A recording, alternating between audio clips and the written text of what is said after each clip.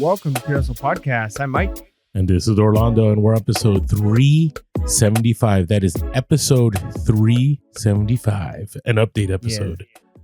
375 episodes in, and our update episodes are still the favorites, right? This is where we get a chance, the format where we tell you and kind of get to reflect on how things are going in our life reselling wise, how things are going in the reselling world in general, kind of talk about the spicy BOLOs, the things we've been trying to source or we're excited to source when we find them because we know we're going to make a lot of money.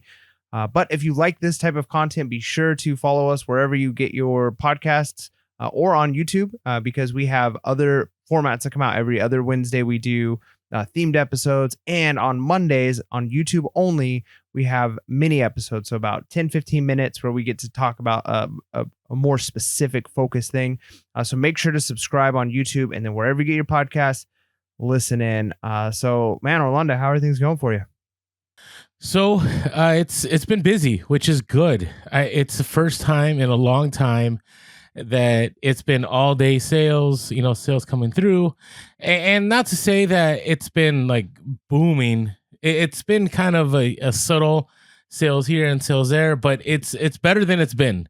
I was kind of worried because usually the first 2 weeks of December are supposed to be peak. I know when it was Amazon, it would be crazy. I miss the good old days of Amazon where I would, reset the app, or I would, swipe down to have it reload, and it'd be like 10 sales, 20 sales, 50 sales, 100 sales.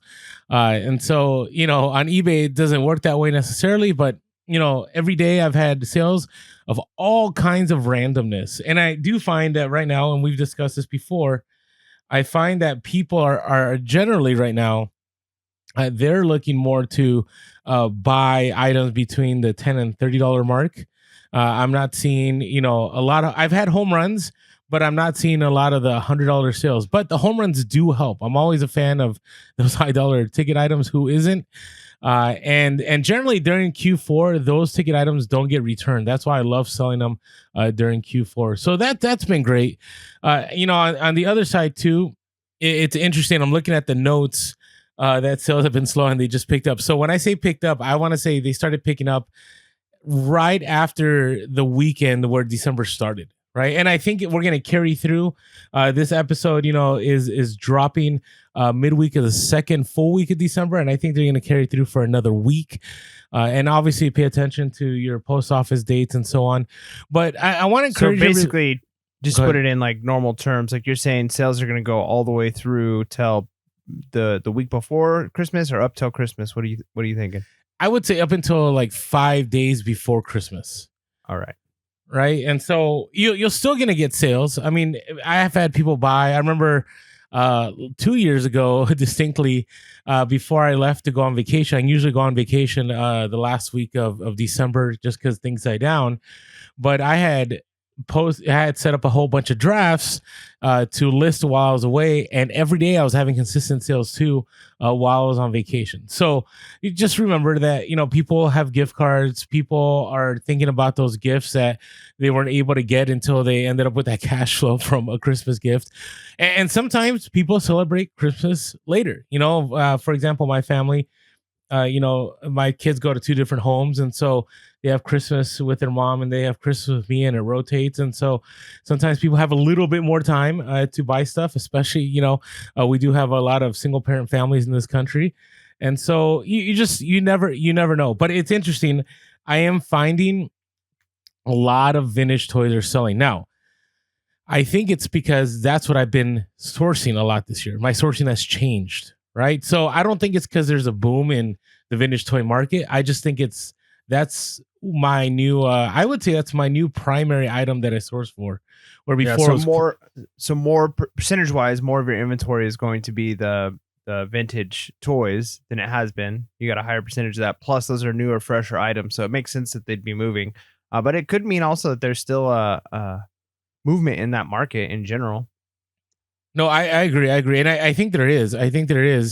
Again, it's all about keeping those costs low. Luckily, when people are bargaining with me, remember, I'm running a 55% off sale, right? And on top of that, people are sending me offers. And so I'm still staying profitable. And again, some people will say your prices were too high, and I agree, my prices were too high. But whatever it is, it's working. Things are moving. On the sourcing side, it's been interesting. I'm not a big fan of sourcing in December. But and I know a lot of people aren't. We just have our privilege out here on the West Coast, privileged with high taxes. But on top of that, we're privileged with the idea that it's sunny year round. And so, it's funny. I had posted the other day when I went to garage sales that it was cold, and then Hearts Pickers, who I've been watching on YouTube for a long time, DM me. I was like, did you just say it's cold? I'm like, yeah, it was a cold, 56 degrees out here in San Diego. And by the time, garage selling was done, we were back to like the 70s, and it was beautiful and everything. But, here in San Diego, a little bit of cold, people aren't out there. And so it's just kind of interesting. But, I go to these garage sales, and there's one garage sale I went to, and I had mentioned this garage sale that there were a lot of deals. But the stuff that was really good, they just didn't want to sell because of the sentimental value. So a lady had been a big Padres and Chargers fan for a long time, had these items high priced. And, this is one of those sales that had been going on for 3 weeks. And I kept thinking eventually the prices are going to drop. The prices are going to drop. The prices are going to drop. I went by the third time and I was like, hey, are we willing to make the deal? And they dropped the prices. And then she looked at me. She's like, but it's not negotiable. I'm like, wow, like that's wild. And they were high. And I even let her know. I'm like, hey, these prices are higher than eBay prices. And she goes, yeah, but I don't care. So, I know we've done a whole negotiation episode, but sometimes you just got to learn to just move on. And, I left my card. I did get a call back, and they said, hey, we'll think about you in the future. So wait for an update. But outside of that, the beauty about garage sales still, and I've had this experience every single week, is I'll buy stuff and pretty much one or two items will pay for everything. So I encourage everyone, when you're outsourcing garage sales, thrift stores, local deals, I don't know if I don't know, Mike agrees, but I'm more of the 25% rule. As long as 25% of what you pick up will pay for everything, it's worth the haul, because everything else will just be profitable. And I really think as we look into 2024 and where we're moving financially, that to follow that rule, I think would be wise. One last thing, and I'll stop talking. It was interesting. Somebody had posted somewhere about how much like groceries were in 1990. And the Home Alone thing. Yeah, you saw the Home Alone thing. Yeah, that's what I was going to bring up. Funny. Like 10 minutes ago, I saw that on social media, and it's so funny because yesterday I was watching Home Alone. We watched it with my son. So it was his first time ever watching Home Alone, which is hilarious to watch a 6-year-old watch Home Alone for the first time. I think you remember why you shouldn't let your 6-year-old watch it. Yeah, you're like, oh man, like this kid is pretty bad. But like, there's a good message. He ends up wanting his family back, right? So, but whatever. But yeah, so we during that part where he's in the grocery store and he's checking out, and the lady's like $19 and whatever. We were like, holy cow, like just the fabric softener, not the fabric softener, just the whatever, fabric, the cleaner, just that alone would cost $20, right? Like it's crazy how much things have gone up. Yeah. Well, if you look at that, you saw it, right? So the comparison was back then it was like $19 and some change. In 2022, it was $44 and some change. In 2023, 1 year later, $72 and some change. That's massive. That I can't even begin to explain. I mean, we all know, we're all feeling it. And, our last episode did really well as far as people listening to it and watching it, where we talk about the crash in eBay prices and deflation, how it's affecting us as resellers. And you gotta factor that in, right? Because not only are the prices crashing, that's a huge growth. I mean, we're talking about in 1 year, right? You have 50% rise in cost of items, and some items are 100%. And if your business is doing 30% less than the year before, or 40% less, unless you're willing to make those sales and be aggressive about accepting offers and sourcing low, like you're going to be in a mess, because the math just isn't going to be mathing for you. You have to make sure that you're doing what's viable for your business. Yeah, but isn't that crazy, watching 1990 to 2022, and then 2022 to 2023 was the huge jump. So So, It's but you wild know, for sure. I can't complain. I'm grateful things picked up. You know, I'm hoping that this will carry into January. January is usually a good month for me too, all the way into March, right? Because then we get tax season and so on. So it's been not so bad. How are things for you? Yeah, I mean, honestly, it's weird because like you said, I'm not doing tons of sourcing in December. Used to do the Yeah. kind of going to Targets and Walmarts and picking up, trying to find the hot BOLOs and selling those. It just that's not been my thing. I don't need the money that much to go for that chase. So I haven't been doing that, and I honestly have way too many items that are just part of my death pile. And so the thought of Yeah. going out and getting more, I know I should, but it's just to me, it's like, okay, if I'm going to spend 3 hours today, I could get like a good chunk of this death pile done. And so, the sad part is I haven't even been doing that as much as I could be. The listing has been kind of low. But you know, it's that time of year. We've got tons of things going on with the family. We're doing lots of things around the house. We've got a new house. There's projects we have to work on. And so it's fine. Like eBay is still pumping in money. Like the only thing we've really been doing is sending offers, accepting offers, and shipping things out.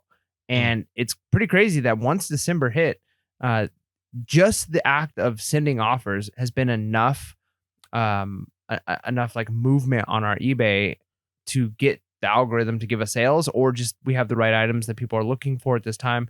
But it's wild because typically, you know, as you know, if you went a long time without posting anything, right, and not Mhm. doing any major changes, if all you were doing is sending offers, your sales are going to stagnate quite a bit. But you know that alone has been working for us. And we've been selling a lot of just random things. You know, several pairs of shoes, decorations, some electronic stuff, just various things we've had forever. And it's like, oh, where is that? A phone? We sold like a an old AT&T phone. Like it's just amazing the things that have sold recently, things I wouldn't typically expect. But like I said, when people are in the buying mode already, they went on Amazon and they bought everything for their, you know, people on their list. They've already spent a bunch of money. They're already in the mood of spending. So they're like, oh, you know what else I need? I might as well get that thing, that phone that I, you know, to replace that one in the Yeah. bedroom. So people start buying when they're buying. Like once people start buying, they buy more. And that's just kind of how it typically works for a while until they get to that buying fatigue or they recognize like, oh, I've overspent. So we've been getting a lot of sales. Now I'll tell you, there has been this one item. I asked this, knowing your answer here, but Orlando, have you ever had an item that you kind of not wanted to sell? Not because you wanted to keep the item, but because you were tired of all the questions and the fear of like a return on it. So wow, that's one of my random stories. Yes, I Is it? do. Okay, I so do. So go ahead. I mean, I'm not gonna share mine right now, but go ahead. Share what you're gonna I share. have no idea what episode it is. You can probably go back to like, I don't know, episode 70 something. I don't know. There was a Yeah. long time ago where we had bought this coat, and I don't even remember now whether it was a garage sale or a thrift store. That's how long ago it was. It was one of our like year one purchases. But we bought this like made in England trench coat, and it's like a pea coat type coat, like that kind of material.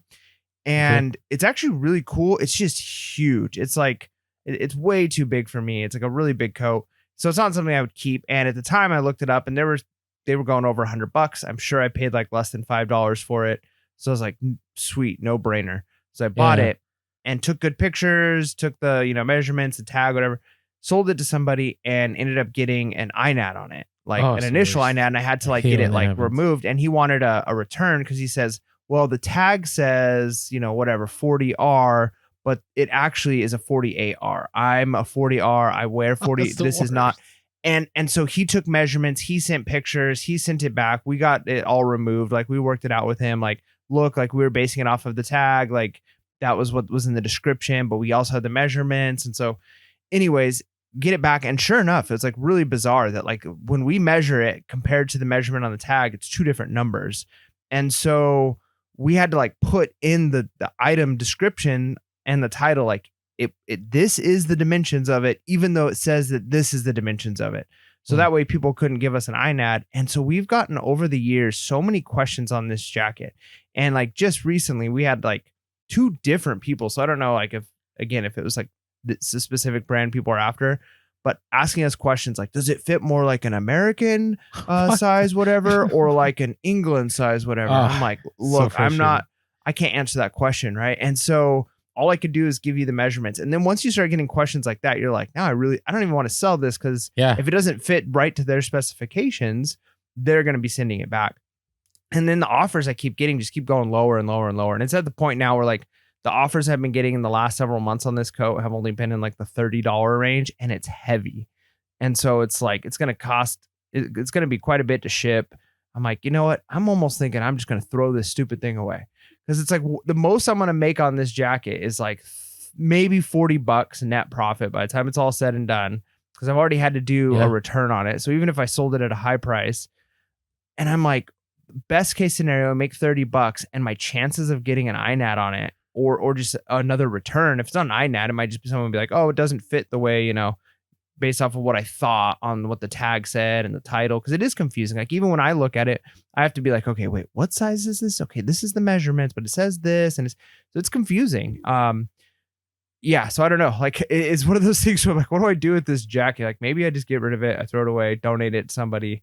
I would donate it to a thrift store right before I threw it away. But it's just so annoying to think that this decent sale, that the very first time it sold, I probably was like, man, I made like $90 on this jacket. To now, like I might make 30 when it's all said and done, and there's a decent chance that it's coming back to me. It's like, oh Yeah, when they send that lowball offer, and it's kind of like a slap in the face, right? You accept the lowball offer, and then they keep asking you questions, and then sometimes they drop the can you lower the shipping price, and then it's just like, listen, man, like everything in you wants to go like, I gave you a deal, just back off and accept it. Like, don't start causing trouble here. But you can't do that. Like, you got to keep it cool. I do feel like in 10 years I will begin to comment that way, because I'm probably going to be just done with the years of dealing with that. But yeah, it's so, and I don't think people realize how ungrateful they come across. That's one of the things I talk about all the time. When you're a reseller, you got to have some kind of emotional intelligence and be able to read people, whether it's what you're negotiating, whether it's you're dealing with the return, whether you're dealing with the buyer like this, and understand that not everybody thinks like you. Sometimes I don't think people are aware of how annoying they are. I think people just realize that, I don't know. I think they just they think we're just sitting at home watching TV the entire time, waiting for sales to pop up. I don't know. It's just kind of odd. I get it. So I'm sorry, man. I've been down that road many times. So all right. So at least sales, you sold. Do you like selling the random stuff? That's what the part I like about Q4 is when I sell stuff that, I'm like, why did I pick this up and it sold? You know what I'm talking about? yeah, no, for sure. I mean, those are always good when those go. It just validates the fact that when I bought this, I knew what I was doing, even if like I started questioning it. Over the years that item has been in a tote. But then when it sells, it's like, oh yeah, I was right. I was right all along. So yeah, it is nice when those sell. But yeah, it's been a decent Q4. Honestly, I would say this Q4 for me has kind of been like a normal month when I'm like crushing it, right? So Yeah. but I haven't been crushing it. I've kind of just been on like coast mode. So that's kind of nice. It's kind of nice that like I know had I been crushing it, I could have like done even more. But again, that's one of the beauties of being a part-time reseller is I can push the gas or let off the gas as necessary. And yeah, it just kind of, it works. It works the way I need it to work. And it's been kind of like a nice little Christmas bonus to have sales come in. And then too, what it does, it empties out totes, it empties out shelves in my storage. It gets some items moving, which allows me to reorganize because now I've got some places to put things because things have been just taking up space. And then what that does is it allows you to rebuild better, right? It allows you to like to put your stuff in a position where it's better than it was before, where I can now do my inventory so that I've got only the items that I'm wanting to pick up instead of stuff that like, yeah, I'm glad some of this stuff is selling, but it probably wasn't. I wouldn't buy it today, right? So when those things go, instead of having to donate them is a good thing for sure. Yeah. So it's oh, I gotta tell you, it's just funny. It's just funny what people buy, and then I sometimes look at stuff and I'm like, why did I even list that? You just kind of deal with it. Like the other day, I sold a harmonica for $1. It's my lowest sale of all. And it was just one of those things where I had it, Ugh. it was a huge haul. Was it a And used harmonica? yeah, it was from like 1896 Ooh. or something like that. Yeah, I know, it was pretty gross. And But you only sold it for $1? well, because I kind of was like, I don't want to stop the sales, and I was only selling it for like 10, $12. And it was just one of those things where I regretted ever listing it. Like, I got it for free, I think. So I'm like, you know what? If I sell this and it triggers $100 sale after this, which there's no proof that happens, but we know that, when you accept offers, it tends to send you more offers and more sales. And I was like, I don't care. Like, literally, it took me 10 seconds, 5 seconds to grab, the envelope, another, 2-3 seconds to put it on the envelope and tape it. And then, okay, maybe it took 20 seconds and then another 10 seconds to print the label and slap it on. And sure enough, I ended up getting more sales. Like, right now, I'm not saying take $1. I'm not going to take something like that again. It was just one of those where sales are flowing all day and then they stop for like an hour. And I'm like, I'm going to take this. I don't care.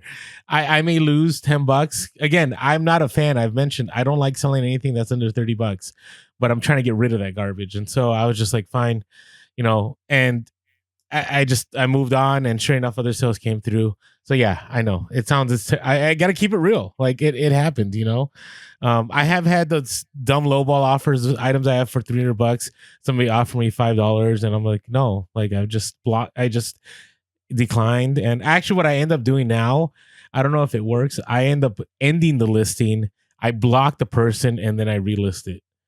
So I don't know if that has any effect, but that's just the way I did. Hey, before we move on, there's still an awesome deal. It's not the Black Friday deal anymore, but we're approaching 2024 and a lot of people want to get their taxes done right away, right? And sometimes you have to wait, until the end of January for part-time to get that W-2 or get that 1099. If you want to get a head start on that, go to My Reseller Genie. If you're a first-time user, use our code Pure Hustle, and it will give you 15% off the first month. What My Reseller Genie will do is it'll import all your expenses from 2023 on eBay. So your shipping fees, your promoted ads fees, all those fees. It'll import all the information. It'll do it for 2022 if you need it, in 2021. If you have to catch up on your taxes from the last 3-4 years, it's able to do that too. And it's definitely going to make your life a whole lot easier. So if you're stressing and you want one less stressful thing to enter into 2024 with, make sure to go My Reseller Genie, sign up, use our code Pure Hustle, and you'll get 15% off the first month. All right, random stories. So I'm just going to tell this story because I want to end on a good note on the random stories, but I had the same scenario. I was just dealing with this. I had somebody buy a pair of shoes. And well, they didn't buy a pair of shoes. 2 weeks ago, they messaged me, and the worst is when people ask me to measure like the insoles of a shoe, right? Because they don't trust the size of the shoe. Now, I've never done that in my entire life. I don't know if that really works. Let us know in the comments. But somebody had messaged me, and they're like, I really like the measurements of the inside of the shoe. And I'm like, this is a $20 shoe. Like in my head, I'm like, dude, just buy it. And if you don't like it, you can return it. Like, I don't want to go measure this. So I obliged. I'm like, sure, when I get home, I'll send you some pictures. Well, I forgot. I got caught up in the whole Christmas. I went to go look at Christmas lights or something, and I just never responded. A week later, I get another message. Hey, just waiting for those shoe measurements. Send them to me when you can. And then at this point, I was like, yeah, no. I ignored them. And then again, I got a message 2 days later. Can you send me the measurements for this shoe? And I ignored it. And then the person bought them. And then when they bought them, they said, hey, I'm still waiting for those measurements. So I'm like, all right, I'll measure it now. You paid some money. I don't want to deal with the return. So I'll measure it. So I go measure it. It's not the size that they were hoping for. And I said, hey, would you like me to cancel this? And then they said, well, are you sure you measured them correctly? Can you measure this part of the insole one more time? I'm like, sure. I measure. I send them pictures. I'm like, here you go. Let me know if you want to cancel. And then they go, yeah, I had these exact same shoes. Are you sure you're measuring them right? I'm like, just stop. Listen, I can cancel this for you. And they said, sure, cancel them. I cancel it. I still get a message after the cancel. And they're like, hey, do these shoes have a tag in them? I used to have these exact same shoes when I worked. At this point, I'm like, I'm not going to respond anymore. But I did. I responded a no. Then they respond to me again, and they're like, "Hey, that makes sense. They're probably size whatever." Now I'm blocking them. I'm like done. I'm not here to have a conversation. I mean, this literally went on about 20 messages back and forth, and I canceled. And here's the thing: you have the right to cancel an order if you feel uncomfortable. Now, it's unfortunate that eBay does not give you the option to say I feel uncomfortable or whatever on the drop down menus. But if you ever get in a scenario where you think it's going to be a return or you think there's something off, let eBay know, call them, have a conversation with them, and say, hey, I don't feel right about this buyer. Sometimes you can ask them, and I don't know if they really check. Maybe they tell you they check. Maybe they put you on hold and act like they're checking. But I've had that before where I'm like, hey, I've had this item. I don't feel comfortable selling it to too many questions. I think it's going to be a return. Can I cancel it? And then, they can do it sometimes. I've actually clicked on the buyer asked to cancel because I have interpreted their language in their messages that they really want me to cancel it. And so if I ever get called to the carpet creative interpretation there. Yes, I will tell eBay, well, based on the messages, it seemed they wanted me to cancel because they weren't sure about what they paid for, and I canceled it. So that's a very extreme case. I'm not saying do what I tell you. I'm telling you that's what I've done. So we'll just leave it at that. All right. How about you, Mike? You had any random stories? I got some more, but we'll end on a good note, the random stories here. Yeah. So I had a friend of mine that I've met since moving here who does reselling, but she doesn't do it like we do it. She's not like a hardcore eBayer. She just goes to garage sales occasionally. Okay. Her and her husband go to my church, so I've met their family. And now whenever she goes to garage sales, she tells me like the cool finds she's gotten, which is really neat since she knows I do this too. Anyway, she tells me the other day, because I didn't make it out to garage sales that day, and I didn't feel too bad about it until she told me how well she did. So she went to one garage sale and she was able to pick up I think she said like a 5 foot or something like that, Pottery Barn Christmas tree, like really nice in the box for like $5. Okay. And then she said at that same garage sale, there were bags, like bags full, like those what are they called, like the brown paper bags you get at grocery stores, several of them full of Lululemon clothes. Oh, no. Like lots of them. And she said they were selling the bags for $2 each. $2 each. Bad. Can you imagine? Like, I'm like, oh my gosh. And she's like, yeah, so I picked up a ton of them. And then she flipped them like really fast. Not LuLaRoe, Orlando. Lululemon. Okay. Oh, okay. My bad. No. Yeah. Not Lulu. Yeah, okay. LuLaRoe $2 bags would be fine too. See, I'm so used to hearing stories about LuLaRoe selling for that bad. Yeah, no. Lululemon. That's Lululemon. Okay. Yeah. No, I'm telling you, this was huge. Like after she told me that, I'm like, oh my gosh. I've found Lululemon in the wild a handful of times, a couple times at thrift stores. I don't see it anymore. Couple times at garage sales, like 1 or 2 pieces, but people want top dollar for it. They know what they have. They're not going to be picking up Lululemon jacket or sweater or fanny pack or something like that for anything less than pretty much top dollar, right? So the fact that somebody was just basically like offloading their entire Lululemon wardrobe, I was just like, good grief, I can't even imagine. So it's a random story. Not that I got it, but she told me that story this weekend, and I was just like, oh my gosh, like I'm super jealous, and I wish that would have been me. But it just goes to show I'm excited to be out here to know that there still are decent finds and sales, and no matter where you are in the country, there's still going to be differences. But reselling is reselling, and garage sales are garage sales, and there's always deals that can be had. So yeah, but that's one of the reasons we love reselling, right? It's you never know what you'll come across. Right. And it can even happen after the fact. You might have a huge haul and the items you didn't think were worth that much. Right. You're back at home, you're processing, and you look something up. You're like, wait, the fact that this has these kind of letters on, I don't know, for example, the railroad lantern. Right. The fact that, if you don't know about that story, but I had picked up a whole bunch of duck decoys and railroad lanterns, and no one thought the railroad lanterns were worth everything. Everybody thought the value was in the duck decoys. And I didn't list the lanterns until last. And once I started going across the lanterns, I started realizing what I had. And it was like, wow, it was like rediscovery all over again. So So you never know. I shared this too. I went to estate sales this past weekend, and I kid you not, it was a big house, and they had a huge lawn. It was probably like a quarter of an acre in front, and there were probably 40 to 50 cars on this lawn. And I'm going like, this is bad. There's probably nothing there. But sure enough, I walk in. There's a vintage starter pullover, new with tags, that's hanging from the door. You know how you have a garage and then the door that leads into the house, hanging on that door, and all these people walked right past it. Didn't even think twice about it. I go upstairs. I end up picking up a bunch of vintage Chargers gear in the closet. People just weren't. I don't know what it was, but people missed it. Right? You just never know. I went to another garage sale, and I'm a big fan of lawn bowling. Not because I love going lawn bowling, but because there's money to be made. And so I show up at this garage sale, and all morning people were there, and they're just sitting there. And these go for like 100 to 200 for 4 of them together. And I got them for $7 a piece. And so you never know. That's the thing. It's a knowledge game.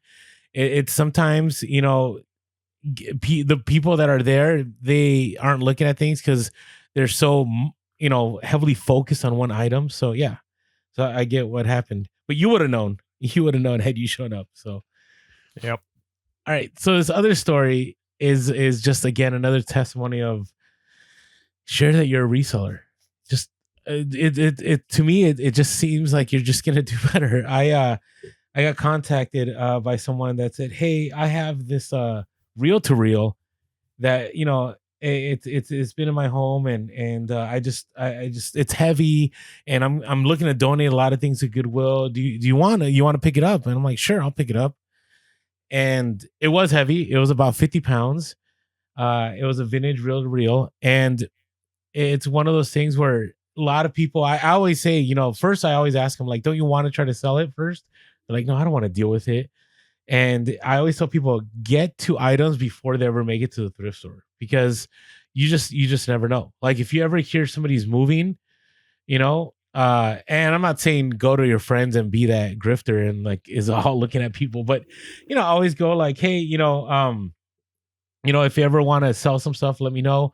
I can help you. And I've done that plenty of times. I've helped people sell some stuff off, or give them advice on like doing a moving sale, whatever. But, I went and picked it up, and I listed it was on a Kai, AKAI, reel to reel. And I picked it up at, I think it was 2 p.m. I listed it by 8 p.m. and I sold it by 9 a.m. for $250 plus ship. Right. So I know this should be like a hustle a week, but that quick, right? That quick, I was able to pick something up. Somebody knew I was a reseller. They didn't care. They're like, hey, Rolando, you sell it, you get the most you can get for it, whatever it is. I didn't think it was worth $250. I didn't think it was working or anything. I plugged it in. The reels were working fine. Lights turned on. Everything was golden. And so I ended up listing it, for a decent price, and it sold. So always share your reseller. You just never know. I'm not saying, every conversation you have and go, hey, by the way, I want to let you know I sell on eBay. But, things can happen casually in conversation, and it'll be in the back of people's mind. You'll never, I don't think you'll regret it. I don't think you'll regret it. So anyways, that was my random story. It was very, very positive. Yeah, no, it's always good to share, for sure. So, hey, and part of sharing, I don't know, on the Discord, we've had all kinds of crazy. We have a hustle of the week next week that I want to share about dolls, which is insane. But if you want to see consistent hustle of the week and great sourcing opportunities, you should check out our Discord. In order to check out the Discord, you have to help us out on Patreon, which, for $5.55 a month, it definitely is a huge help for us. It allows, especially right now, in this season right now, I could be packing items. I actually have like 7 items I need to pack right now, but we're dedicated to the podcast, and it takes away from, money we could be making in other ways. So if you want to help us out, come on over to patreon.com/podcast, or go to the link below for $5.55 a month. And then that will give you access to the Discord. And in the Discord, we have all kinds of sellers. We have vintage sellers. We have retail arbitrage sellers. sellers, we have Amazon sellers, Mercari sellers, Depop, you name it. It's a vast community of pure hustle podcast. I don't know, I want to say hustlers, but I don't know. I don't like that term either. I don't know what we're pure hustle, but we're just diligent resellers. We're pure and hardworking, diligent individuals. Yes, that's what we are. And also hustlers. We are. We're the back of America. All right. And so, anyways, check us out there. And we are Pure Hustle Podcast on all social media. On X, we are Pure Hustle Cast. If you ever want to give us a call, you can give us a call at 619-738-1170. That's 619-738-1170. And if you ever want to just shoot us an email, purehustlepodcast@gmail.com, purehustlepodcast@gmail.com. As always, grateful for all of you that listen to the podcast. If you haven't yet jumped on over to YouTube, make sure to hit that subscribe button just to show us support on the YouTube side. Smash that like button and hit that bell notification so you're not missing our Monday minisodes. And last of all, grateful for all the iTunes reviews. If you haven't gone over and helped us out by filling out a review and telling people why you listen to Pure Hustle Podcast, it definitely helps us out in the algorithm. I wanted to share a couple. I know you usually do these in our themed episodes, but I just want to say thank you to all those that have taken the time. Even when at times it's not kind to me, I'm still grateful for those. So, all right. So I wanted to did I share? I want to share these two, and then we'll end on a good one. So this comes from let's see. Did I? Yeah, Jigglypuff Gaming. That's a cool name. Yeah, I don't know if I've heard this one yet. This is from Jigglypuff. I don't think you told this one on the podcast yet. Okay, so this is titled "Orlando is Annoying." Oh no, it's all good. Well, I'm proud of you. I'm proud of you for being willing to read this, man. Like it's hard when people are cruel. It's all right. It's all right. It says, I love the podcast as it's really informative, but Orlando needs to stop talking over Mike for real, which is true. I talk over Mike all the time. I'm not going to deny it. It happens. It says, I've listened to almost every episode on this podcast almost every single time. Orlando somehow feels the need to interrupt Mike with this nonsense. Just let the man talk, please. My goodness. And I wasn't upset about this. It just had me dying laughing because it's true. Like, I'm not going to deny it. Yeah. Yeah, I mean, it's sometimes. It's I wouldn't say it's all the time. But to be honest, there's times when you need you have more to say than I do because you're in this a little bit deeper than I am, and so it's part of the game. And maybe the other takeaway from this is somebody could write something and say, Mike, be more assertive. Do not allow Orlando to talk over you. Because I have the power to mute you, Orlando. I don't know if you recognize that or not. I can just remove you from the stream, and I'll just keep going. I'll just keep talking and bring you back when I'm ready. When I feel like you have experienced your time out long enough and have repented of your crime of overriding me and what I have to say. And I appreciate the fact that you sat quietly as I ranted about nothing for a while. But that's the thing. It's like, what's funny about comments like those is like, I recognize it. I just know how to stop. Right? Like it takes intentional. It's kind of using the word like. If it's something that you use all the time, it really takes intentional effort to remove it from your vocabulary. Right? Or if you're always saying like it takes work. Wait, are you saying that you say right is hard to do? Are you saying that I say right all over yes, are you saying that over like speaking over me is a hard thing to correct because you're so used to doing it? Is that what I'm getting out of this? No. I just I say right all the time, and I have to be really intentional. One time when I was a teacher, the first day, this is when I was brand new, so some kid marked on their paper every time I said right when I was talking, and I think within 30 minutes I said it 145 times. Oh, Orlando, that's bad. It was okay. Bad. It was my early days. All right. There you go. Yeah. All right. So it happens. But it just cracks me up. I'm not mad about it. I mean, I'm always willing, I guess, to take constructive feedback because I believe it's true. Here's the thing. Instead of people playing drinking games, because I don't want anybody to damage their liver or their lives by drinking every time you say right. I do it too. I do other things too that I'm sure are super annoying. I say like and a lot. However, and my comment was not pointed towards you. There I go interrupting you. But go ahead. what our listeners should do, our listeners should play a game where they list an item every time Orlando says right. And we will just help them to just excel beyond their wildest dreams, what they are capable of in their stores. They will be the people who say, I don't even know what a death pile is. I listen to Pure Soul podcast and I just list an item every time. Or see, like we could help each other out. Like it's all for the community, right? And then they could take screenshots and send it to us so we can flex it on Instagram. Pure Soul podcast helped this person's 90-day total get to 6 figures per month. You know? All right, so let's end. There we go. I say it again on a note here, on a good note. It says, I'm thankful for this podcast. This comes from LG Force. He said, I've been reselling for about 6 months and listening to these guys for most of that time. At this point, I've probably binged about half of the episodes. That's a lot of episodes. That's about 180 or so. These guys share the wins and the losses and the realities of reselling in an entertaining and unintimidating manner. In a sea of clickbait and get-rich-quick schemes, I feel lucky to have stumbled upon this genuine, down-to-earth, and informative podcast. I do appreciate that. Yeah, that's nice. We pride ourselves on keeping it real. We pride ourselves on not selling somebody a bill of goods that they can't cash.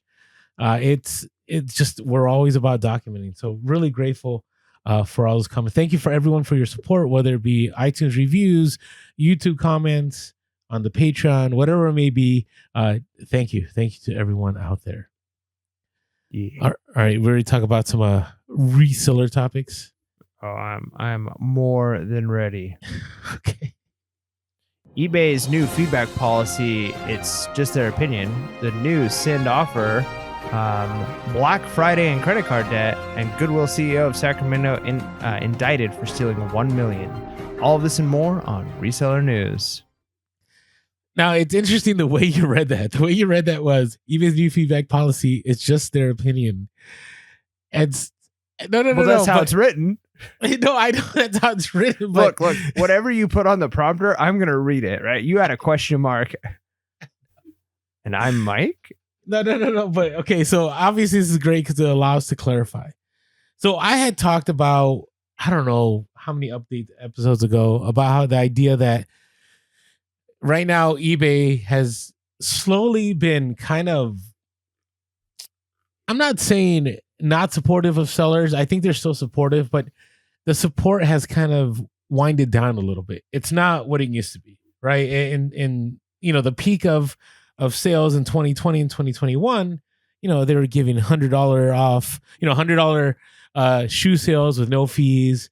People that had concierge, like it was super easy to call and go, hey, I got this crazy negative feedback. Can we remove it? And they're like, oh, sure. You're concierge.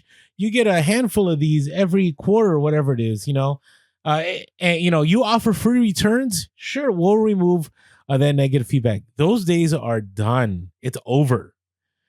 And, it's funny. I always like posting on social media because I seek validation. No, but it validates that this is happening. So I had posted, a meme. It was Elf, when he goes to the raccoon, he's like, hey, little guy, and he has his arms out. And that was, asking eBay to remove negative feedback. And then the raccoon jumps on his face and starts destroying him. And I'm like, this is the aftermath. And that's what it is right now for a lot of sellers. Like they'll call eBay and it's an open and shut case. It is so easy to remove the feedback. So for example, I had an item that I had sold and I ended up having to cancel the sale because I couldn't find the item. And, I canceled it, didn't ship it out. And the buyer never messaged me. The buyer never said anything. I even messaged them. I sent them a coupon. I did everything to make things right. So I get this neutral feedback and I call eBay.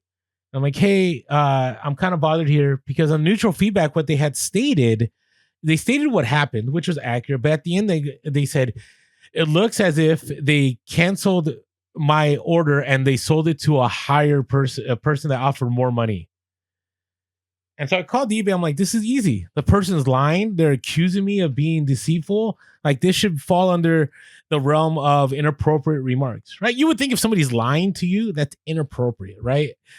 I didn't know that eBay, considered that, I guess if you just swear on a feedback, knowing that, I don't know. I just thought it was odd. Like, I think being deceitful is worse than dropping a swear word. That's just my opinion. So I said, hey, this is pretty easy. Person is accusing me of lying, of canceling their order, accepting a higher offer. And the reality is you guys can actually check and see if that's true. If it's true, let the feedback stay. If it's false, I'd ask that you remove it. And they're like, well, we can't remove it because that's the buyer's opinion. I'm like, what? It's the buyer's opinion that I ended up selling it to somebody else? That's not opinion. They're stating something as if it happened. I'd ask you to please remove it. They're like, well, we don't remove for those reasons. And I said, well, what does being deceitful and trying to hurt my business fall under? And they're like, well, no, it's just their opinion. So we don't remove things for people's opinion. And then I said, well, what if I said that, what if I bought something and then I said, hey, this person packs everything poorly. You shouldn't buy from them. Is that okay? They're like, well, yeah, it's your opinion. I'm like, so it's okay if I do that? I just kept upping the ante. Then I said, well, what if I said that it seems this person, has terrible customer service all the time? Can I just leave that there? Like, sure, it's their opinion. Now, I think they started getting snarky with me at the end because I just kept upping the ante even more. Like I said, what if I said something about I buy something and I put eBay's the worst platform ever. You should all buy from Amazon. Is that inappropriate? And they're like, well, no, it doesn't fall under inappropriate. I'm like, come on. Like, they're not going to let that stay there. Well, no, I kind of think you're wrong on this one. Am I? Okay, go ahead. I feel like, yeah, I mean, if, for instance, I know eBay and Amazon are different, but like if I posted something about a product, like this product was whatever, the customer service, and I've got like my experience from it, and then it gets removed, and Amazon's like, I'm sorry, your opinion doesn't line up with what the seller thinks or believes. I get it. I think we all understand when we're reading reviews. Like when I buy a product and I see like half of the reviews that, not half, but the ones that are negative, like you could tell the ones that there's like, this person is just off their rocker about this item. This person is just upset because of something that's not related. You take all that into consideration. So I wouldn't be happy if every negative thing got removed just because. I do think someone has the right to say their opinion. Now, but what kind of psycho goes back and goes, I hope my negative is still on there? Who would do that? Well, I mean, are you saying, Mike, that you would go back and you're like, I'm not calling you a psycho, by the way, but you would go back and go, what? Yeah.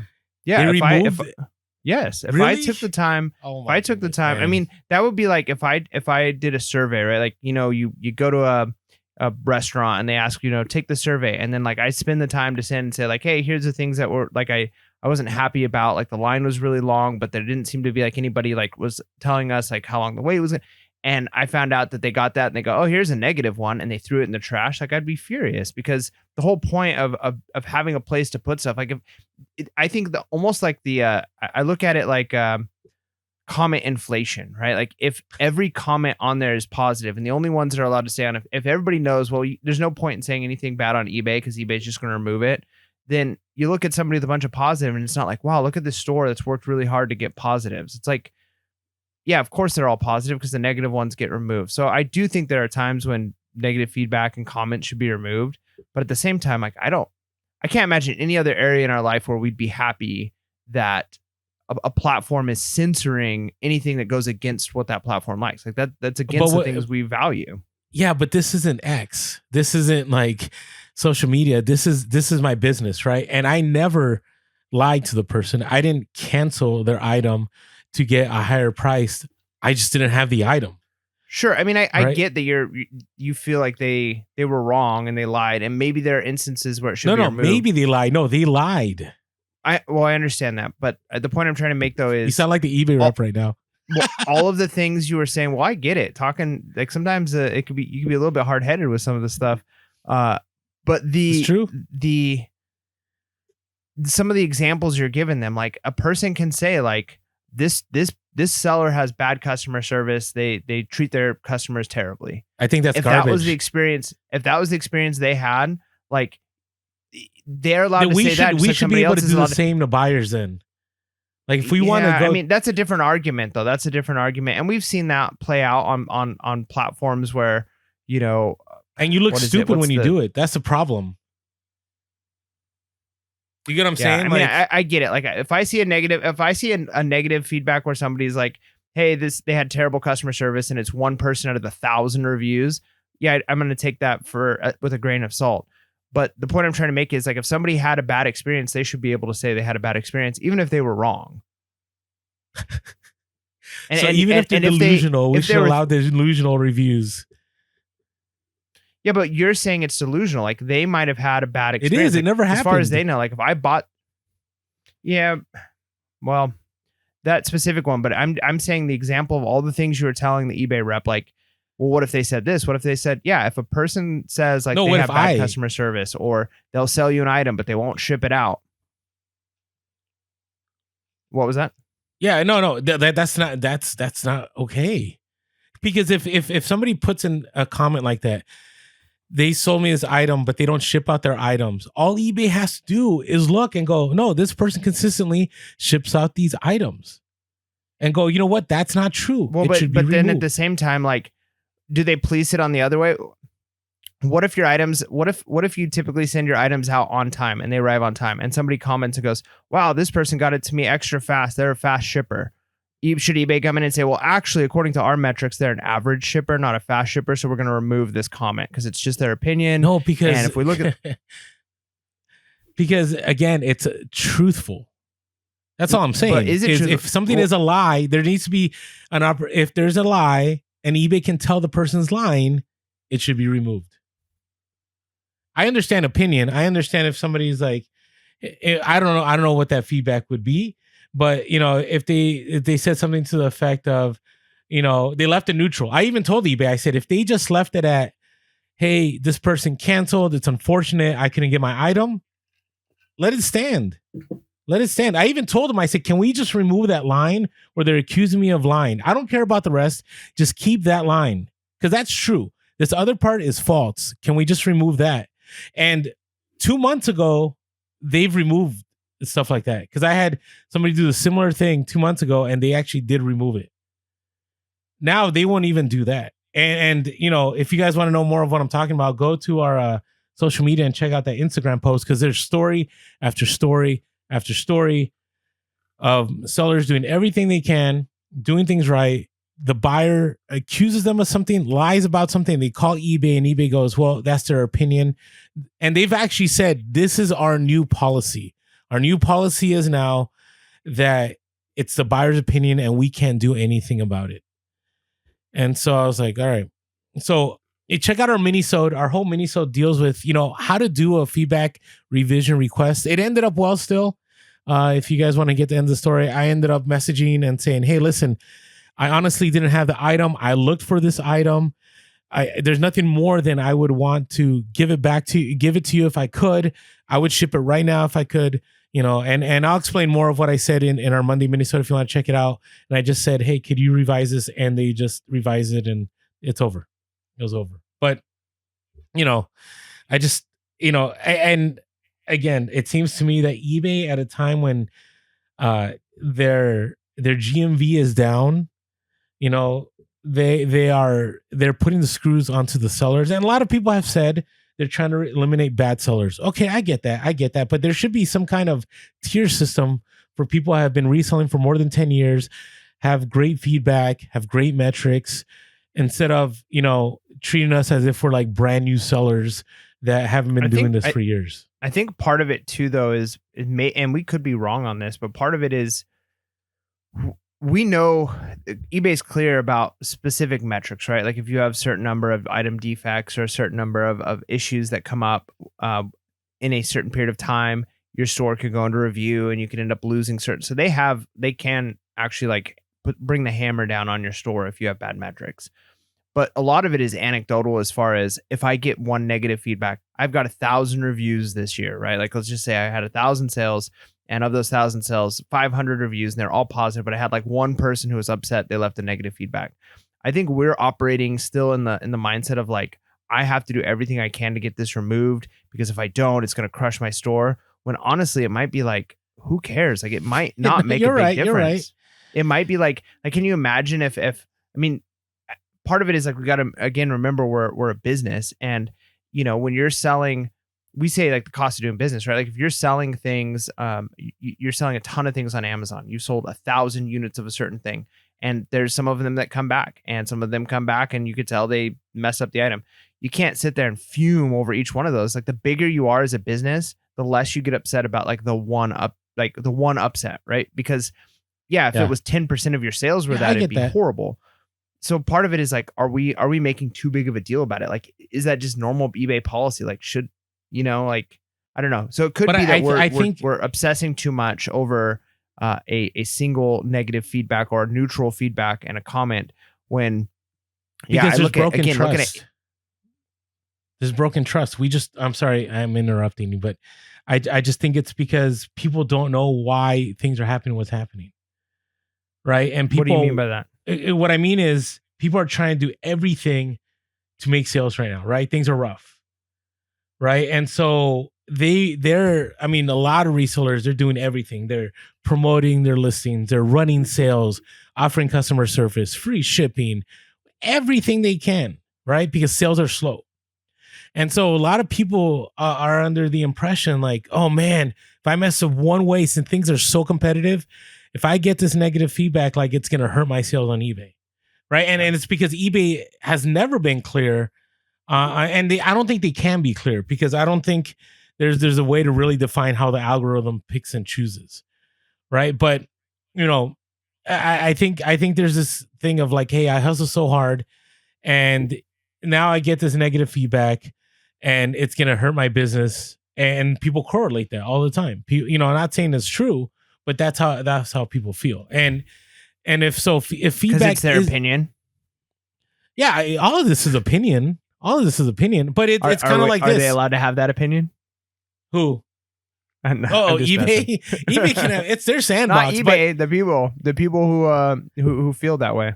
That negative feedback. They're entitled, but I think that's where. Let us know in the comments if you get what I'm saying, because on, let's say, Poshmark, if you cancel a sale, like, you don't get dinged, but man, on eBay, you cancel one sale, you get that transaction defect, right? On eBay, eBay has actually become, in my opinion, more difficult to keep metrics up than Amazon at this point in time. Because on Amazon, it used to be really difficult to keep that 100%, and it still is difficult. But on Amazon, it's, I don't think I've ever had a situation where I've had to fight or argue about a feedback lately. I mean, I've been there 2 years, and like, granted, I'm not selling as much as they do on eBay. But it's one of those things that, I don't know. I think eBay needs to come up with some kind of tier system for people that have been selling for a while. Like, there has, their reputation should be rewarded at a certain point. So we'll end it. I don't know if you want to add something else. Go ahead. Right. I have no more to say on this. No, I'm saying let's move on so we can finish up this section. Okay, all right. Hey, send the offer. Have you seen the new update on the app? So it's honestly cool. My wife's been the one doing the send offer. I did have one. I'm not sure if it was. I had a message, and it was inside of the message option. I had the option of sending an offer straight in a message. Like, that's been there where you like click on the top. Yep. Right. Yeah, that's been nice. But now you can bulk on the app, which some people don't like, because initially there was a glitch, and it was like, hey, you could only do percentages, and then that, for some people, they were able to do a drop down menu where they could choose percentages or dollars off. But I think it's a good thing. Anything to make things efficient. What I did like is that everything was on one page finally, where, if you have that option where you want to automatically send offers, you used to have to go like one more click, and then you have to click again, and then we'll go back, but it's all on one page. But, I always encourage people, and I'll say this again, don't wait until the end of the night. Don't wait till the end of the week to send offers. As soon as they pop up, if you have the opportunity, send it. Because that's when people are looking at your items. Because sometimes you'll notice, let's say you have 20 send offers. If you check a few hours later, you may have only 17. And you're like, what happened to those 3? Well, either those people bought that item, or those people ended up choosing not to go with that item, and you lost the ability to send that offer and hook that sale in. So make sure you're using that bulk item send offer there. So, all right. Hey, I do have, okay, so let's talk about Black Friday. We talked about Black Friday already in our last update episode. It was right after update episode. We talked about how Amazon said they had their biggest Black Friday ever. Sales were through the roof and so on. But I don't think that's a good measure of how things are going to be. And I want to get into the macro just for a moment. So the new stat that concerns me is that even though Black Friday was great, this is from Investopedia. There's a ton of sources that are saying the same thing, but credit card debt hits another record high as consumers keep putting purchases on plastic. U.S. consumers are still spending freely, and they're using their credit cards to do it now. U.S. consumers added another $2.9 billion to their revolving debts, mainly in October, bringing the total to a fresh record of high of nearly $1.3 trillion. The Federal Reserve said this past Thursday. It is the smallest rise in credit card debt since June decline, but nonetheless, we are at the highest. Okay, it says credit card debt has gone. Go ahead.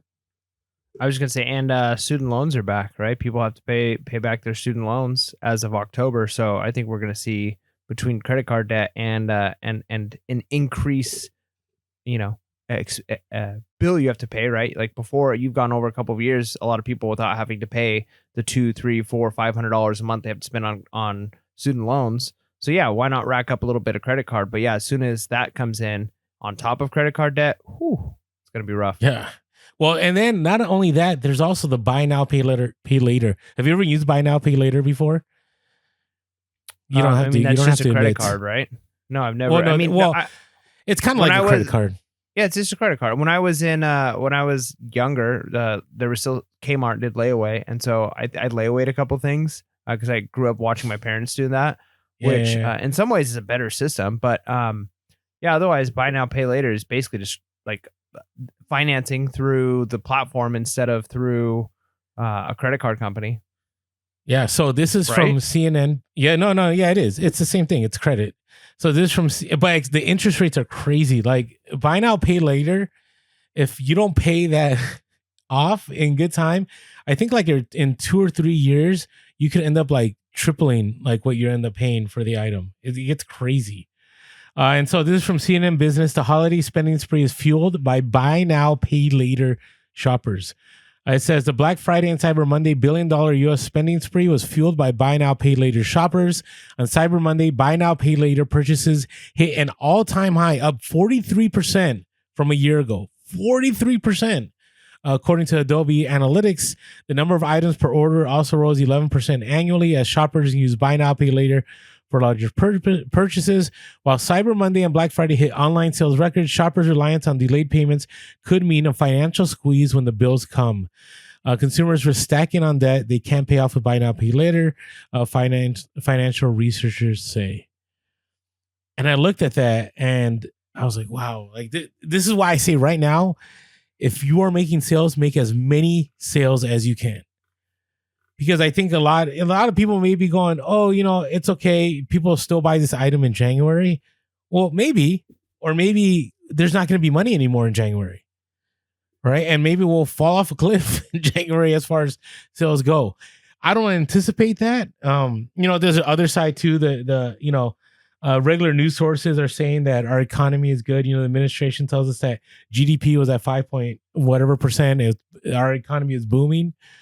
But it's interesting that in a booming economy, more people are using credit than ever before. More people are using buy now, pay later. So maybe the economy is doing well, but consumers, they're doing terribly, like really, really bad. Right. And so, take advantage of the ability to make sales right now, list everything right now. If you're listening to this podcast right now and you're just listening, do something. Start prepping items, start listing, because you want to make those sales now, because we don't know what 2024 holds. You want to add to this a little bit here? I think I've said a plenty, but go ahead. No, I think that's good. Okay. All right. And then this last one. So, it's bad with the story that shall not be named. When, as the moment this story broke, everybody on social media was like, told you so. this organization is evil, it's corrupt, it's bad. And I'm like, oh, like, man, how bad is the PR right now? You know, as far as resellers go. And so I started doing kind of some I started thinking about, other places that sell things, or, just eBay in itself, and the danger that companies can run. So in case you don't know what I'm talking about, so recently, a Goodwill in Sacramento, the CEO, okay, of that Goodwill, is being indicted for stealing over $1 million from the company. Okay, now, in case you don't know how Goodwill works, Goodwill has franchises throughout the country. Okay, and so you might have one individual or a group of people, and they own several Goodwills in a region, right? But they all ultimately do report to Goodwill like a franchise. So let me read this real quick. This is from KCRA, local news station in Sacramento. It says a former Goodwill Sacramento CEO was arrested on Thursday and is accused. This is, if you're watching this, that was Thursday, December 7th or something like that. Former Goodwill CEO was arrested on Thursday and is accused of stealing more than $1 million from the nonprofit organization. The U.S. Attorney's Office for the Eastern District of California said that a federal grand jury returned an indictment. Again, this is an indictment, so I'm not saying he's guilty. It's an indictment on November 16 against 45-year-old Richard Allen Abruzzi, who was in charge of the Goodwill Sacramento Valley and Northern Nevada. Abruzzi has been charged with 9 counts of wire fraud, 1 count of aggravated identity theft, and 3 counts of monetary transactions for proceeds of specified unlawful activity. And basically how they got tipped off was that they did some internal audits. There was a lot of money missing. All the math didn't add up, and it all led to this individual, according to the report. So where did I land on all this is that this doesn't help Goodwill's narrative of helping the community. I'm telling you, on social media, it just added fuel to the fire. And I think, when it comes to eBay and it comes to Amazon, Salvation Army has always had a good rep in my eyes. I'm a fan of the Salvation Army. They've been very clear about what they do. But you gotta, I think Goodwill has done themselves a disservice by not doing a better job of working with resellers or communicating with resellers as to why they sell what they sell, why their prices are. They've I don't know. I looked at this and I was like, man, this is all over social media. And again, I don't think it's a Goodwill problem. I think this guy decided to be corrupt. If he was corrupt, if he's allegedly corrupt, okay, this guy decided to do these things, and it's not on Goodwill. But the fact that no one knows the name of the person that did this, except for I just read it, but people know the organization, and most resellers are like, here we go, this is nothing new. And so again, I really do think the store that shall not be named needs to do a better job of reaching out to the reselling community, who I think produces a lot of their numbers and helps them continue doing what they're doing, instead of just ignoring resellers. Because that's been, I used to go to a store every day, and I had a great relationship with the store. And for a reason, they got new staff, they got new people, and it didn't matter if I showed up anymore. It didn't matter. They weren't willing to work with resellers. They weren't willing. We don't even, in San Diego, we don't even have like a frequent buyer program, which I know like in the Midwest they do. They don't even run sales here. There's nothing. So anyways, there's no sales. Thoughts on this, for sure. Yeah, it's again, like you said, it's hard because we so often want to blame an organization for what an individual does, and at times there could be a environment in the organization that promotes or allows certain behaviors. However, it's so tough because we've all been a part of some kind of organization that we believe in or care about, whether it's like a community, a church, a school, whatever. And there's bad actors. There's people who do stupid things, and It's terrible when you see, the public opinion or people kind of come down on the whole organization if it's not the organization's fault. And so, I feel for Goodwill on this one. I feel like if this individual did these things, then it's a show of who this person is as a human being.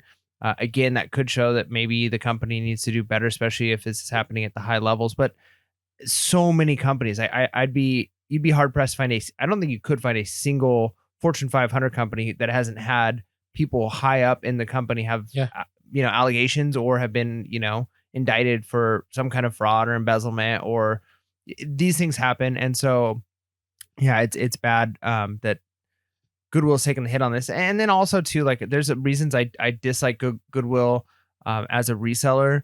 But again, like Goodwill's mission is they've got their own thing they're trying to do. Of course, they're trying to be profitable while they do it, but they are giving people jobs, they are training people, they have their things that they are doing. And so it would be a weird, even PR thing for them to say like, hey, our new thing that we're trying to do is try and sell our items for cheaper so that resellers can make more. So our company makes less so that we can't help these people, which we're trying to help. Right. Like, so it's a weird balance. I understand what Goodwill is trying to do as a company, so I don't really hate them as a company. It's just, they're not going to be my preferred, store that I'm going to as a reseller. But there's a lot of stores I don't go to as a reseller to resell, but I don't hate the store as a store, right? They just have the things they sell at the prices they sell just aren't, they don't work for what I'm trying to do. Yeah. So yeah, I it's tough because we've called them the store that should not be named. And, I think we've had fun picking at Goodwill, and there's things I dislike about Goodwill but at the same time, I think it might not be wise for people to like just throw this as one more thing, like see Goodwill, or even like what you were saying with like Goodwill needs to reach out to resellers. Like I don't think so. Like I don't think we may be a big part of their market, but again, like imagine you own Goodwill. Like how do you square that of like, look, we know we could be making more money on these items, but we're going to intentionally sell our items cheaper so that resellers could get them. Like that's I'm not saying like that, but it's kind of, it could be a message. Like I think eBay has a problem here in the sense that eBay, like they push that like small business owners, like a lot of their spotlights, right, are people that run like huge businesses, right? Every once in a while you'll get a person that has like a mom and pop card business or something like that. But, I think it would be great if they highlighted the person that was able to pay off their student loans because of eBay, or if they highlighted, I think of like K-Way Shop, right? That guy started what does this have to do with Goodwill? Well, because Goodwill could do this. Like Goodwill could be like, hey, we're able to sell these items, and not only do we provide for the community, but we're able to, have goods that people can buy that they can end up turning into helping their own life, right? Into being able to get themselves out of poverty too, right? Instead of just messaging, a certain way. I think, to me, what I'm trying to relate it to is that there's messaging that can be different, right? There's messaging that can be different even on eBay side. And you may disagree, but I do think there's a messaging issue all across the board. So cool. All right. Are we ready for our next section? Yeah, let's talk about some BOLOs. Yeah. Let me see. I got the Bolo. What's your BOLO? Yeah. All right. So my BOLO is one I have talked about in the past, but I still think it's a good one. And I think you even mentioned these same types of things, but we've sold lots of camcorders of various types, the old little DVD ones, VHS ones, big, types of broadcasting cameras. But for whatever reason, the mini VHS, the VHS-Cs, those camcorders tend to do really well. And I know there's times like you can get digital cameras where you're making well over $100, couple hundred. I've sold a lot of cameras that are like old tech that you're like, man, I can't believe this sells for this. But a VHC camcorder, I feel like is almost guaranteed like $30-$40, and they could typically be picked up for a couple, right? $5, So they tend to do really well. And I'm not even sure who's buying these. Like maybe you've got like old VHC, tapes, and so you're like, I want to be able to watch these, and so you're buying a VHC camcorder. Like I feel like it'd be easier just to buy a VHS adapter and a VCR, but for some reason, people are still buying VHS-C, those little tiny mini VHS things. If you can find the tapes, those sell. If you can find the batteries to the camcorders, sometimes the batteries sell more than the camcorders sell. But it's almost guaranteed if I pick up one for under $5 or around $5, I'm going to make a pretty decent profit, either lotting it together, even untested, or breaking up into pieces like batteries and chargers, manuals, and the tapes. They tend to do pretty well. Yeah, no, I agree. And some camcorders, like the handy cams, even if they don't work, you can still sell them, right? You get them for like $1 or $2 or $5, you flip them for 30, 40, definitely worth it. So my bolo is it's an interesting one because a lot of times you end up you buy like you get a haul of huge of Thomas the Train railroad set, or a Duplo railroad set, or Polar Express, or whatever it is, and you don't want to it's a lot of work to list the entire thing, right? To set up the tracks, to get them all aligned just right, to take a video of them working, and sometimes what I find is I part it all out and I end up making more money. Case in point, this Q4, I think I have one set of tracks, but I've lotted up a bunch of Duplo tracks. Sold those. I lotted up a bunch of so you're tracks. saying lot them up, not part them out. You said part them out. No, you can part them out. Yeah, you part them out, and part of that is lot up the tracks, right? So if you let's say for example, you end up, usually kids' toys, right? There's like when you're at a garage sale, it's like a big toy bucket, right? And it's a bunch of like Thomas just thrown in there, right? And you might go like, hey, I can sell this Thomas engine here for a certain amount, this Thomas engine.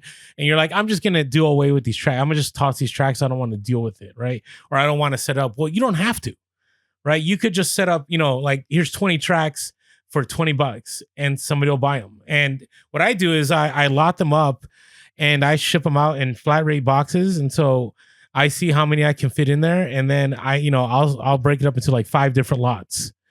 And it's kind of works like a replenishable, right? So I sell one lot and then I still got 3 or 4 other lots, and they're already packed. They're already all packed. They're all taped.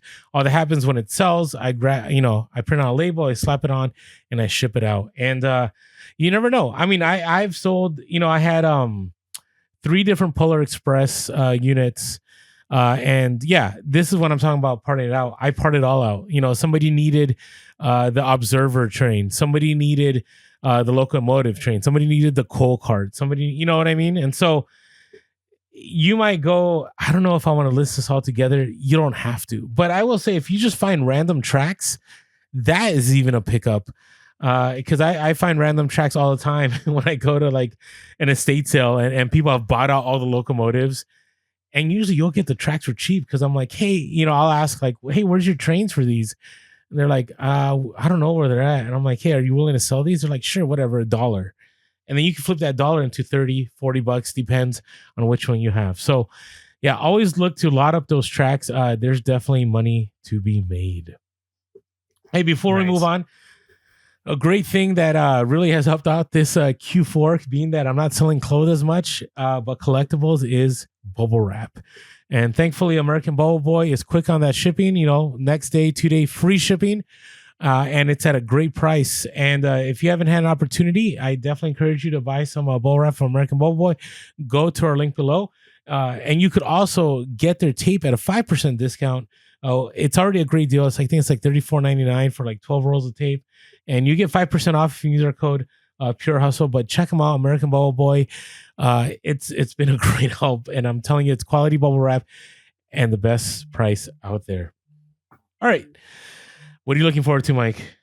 I'm actually looking forward to a couple episodes from now. We'll probably be doing some kind of like year recap and then like looking forward. I always like looking forward to the next year, kind of vision planning what's going to happen with reselling, with the life and all of that. And even with the podcast. So I'm excited for that upcoming, vision setting podcast that we have. And that's kind of wrapping up this year. What about you, Orlando? I'm just looking forward to like these 2. I can't even think about the new year yet. I really don't care about the new year. I want time to slow down. And so, I'm just looking forward to, I got a ton of stuff I need to list. I'm seeing all kinds of items selling right now. And so I'm excited about listing. I'm excited about taking some time off. But that all depends on how well Q4 goes. If Q4 goes really well in this next 2 weeks, I might get out of town. If it doesn't, then I'm just gonna have to hustle. And this may be, the first Christmas season that I don't take a trip, which would be kind of sad. But sometimes you got to do what you got to do. And then I am looking forward to doing some more sourcing online. Since we had talked about how prices are dropping, I do find that 2024 will be definitely a great year to do a lot of retail arbitrage. So kind of what I'm looking forward to. I'm just looking forward to Christmas. I'm looking forward to, I've gone to Christmas lights with my kids. I've done a lot of, did a scavenger hunt with my church. Like I'm just looking forward to the Christmas time.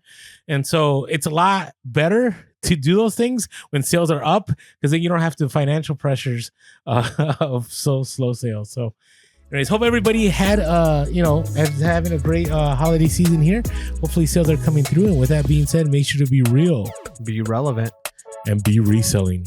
Please. Peace.